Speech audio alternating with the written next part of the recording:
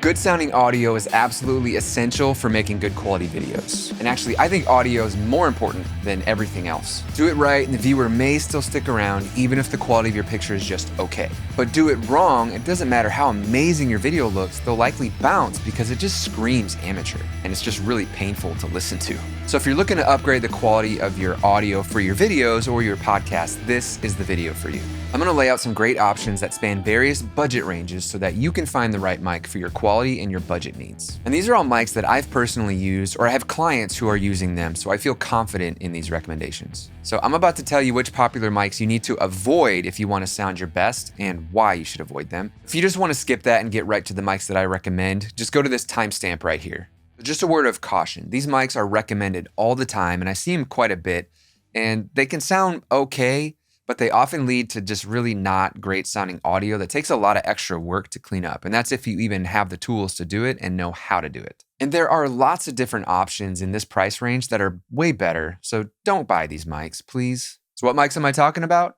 Condenser mics. Now, condenser mics actually can sound pretty good, especially the higher quality ones, but most of you aren't buying those. You're not spending $800 plus on these microphones. You're getting the really cheap ones that don't really sound that great. And the trick is you need to have a really well-treated room for it to sound good, to cut down on all the echoes and sound waves bouncing off the walls. And also if you have background noise or kids in the background or lawnmowers outside, those mics are really sensitive and it picks all that stuff up. But the cheaper options that people often recommend and buy, like this Yeti microphone or that goofy looking snowball mic, just to name a few, there's a bunch of them out there, but they often have a bump in the high frequencies to try to make them sound better.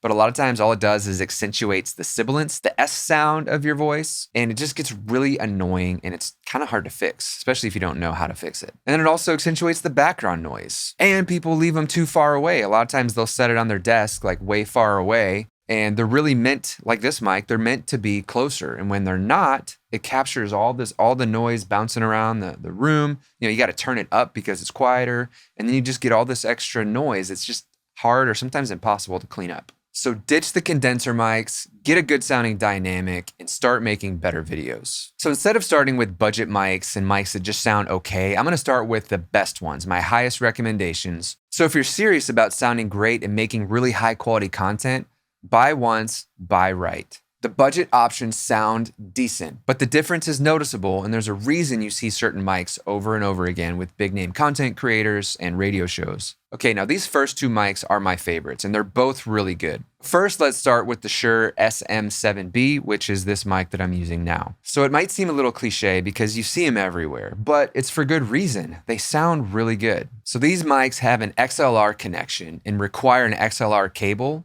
to then plug into an interface to then plug into a computer. I do have some other recommendations that are USB mics, so you can skip that step, but they're typically not as high quality. I'll link to a few options for interfaces in the description. Now, there is a kit you can get on Amazon that comes with the Shure MV7, which allows you to plug the SM7B into your computer in a high quality but compact way. If you end up going with this mic, but you want to use a different interface, you might want to pick up what's called a preamp audio booster. And what this does is boost the signal a little bit because straight out of the mic, sometimes it can be a little quiet and you might have to really crank up the input on your interface. And when you do that, depending on what interface you have, it might get a little noisy. We call noise like when you hear some like static or just like a background hiss or hum. Sometimes that gets accentuated the more you crank the input. So by putting one of these boosters in line, it actually boosts the signal in a really clean way, gives you more volume from the mic, so you don't have to turn that up quite so far. The MV7U actually has a little bit of a booster built in, so you don't need that if you're gonna buy that for your interface. You might grab something like a cloud lifter, which is pretty standard, or there are some cheaper options that I haven't tried but are probably just as good. They have good reviews, and I feel pretty good about recommending those. Another standard in broadcast and professional recording is the Electro Voice RE20, which I'm using now.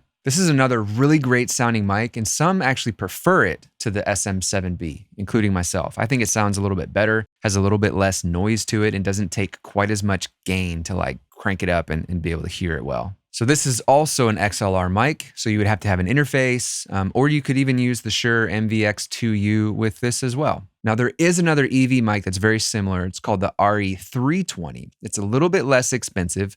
It's not quite as good, but it's still a really good mic. So if you need to save a little bit more money, but still want something that kind of sounds like this, grab that. You might still want to get a signal booster with this, but you might not need it. So you could get it without it. And then if you find you have to turn the volume up too much and it's still not loud enough, or if there's too much noise because your preamp is adding some noise, then go ahead and grab a booster. And hey, you can always check eBay and get these things used. Thinking back, I think I've purchased almost every single microphone used off eBay. So if you need to save even more money, go grab them from there. Otherwise, the next recommendation I have is real quick. If you're finding this helpful, would you hit that like button? It really tells YouTube that this is valuable and helpful, and hopefully more people will find this and I'll be able to help them as well. And also, if you know someone who needs to hear this, would you share it with them? I would really appreciate that. All right, back to the video. The next recommendation I have is the Shure MV7. Now this mic actually comes in 2 different versions, so make sure you get the right one. There is an XLR only, which is a little bit cheaper because you'll need an interface. And then another option is an XLR USB combo, so you can do either or. Now this mic is really similar to the SM7B, not quite as good, but not quite as expensive. And grabbing the USB version means you won't need an interface, although the increase in price ends up being about the same as buying the XLR and an interface, so it just depends on what you want. Now, I don't have one of these mics to demonstrate what it sounds like, but I have a couple clients that use them, and they do sound really good, so you can't go wrong with this mic. Now, if you have even less to invest in a mic, my next recommendation is the Samson Q9U. This is an XLR USB combo, although they do have an XLR only version, but it's only like $20 cheaper, so you might as well get this one, and then you don't need an interface. Now, I actually have one of these, but someone else is using it right now, and I don't have it to demonstrate. But I do have this old clip from a short form video I made a while back, so you can just hear what it sounds like. So if you're looking for an affordable, good sounding mic, look no further. The Samson Q9U is an amazing option. It's almost as good as those other mics that cost hundreds of dollars more. So this mic is a dynamic mic, which is way better than those crappy condenser mics. And you can plug it in directly to your computer with the supplied USB cable, or you can use an XLR if you already have an interface. Okay, so if you're really strapped for cash and you just don't have that much money to invest, but you still want a good sounding mic, my final recommendation is the Samson Q2U. Now, I actually have one of these, and just so you can hear it, I went ahead and plugged it in. So there's quite a noticeable difference in quality, especially in the low end. It just doesn't have quite as much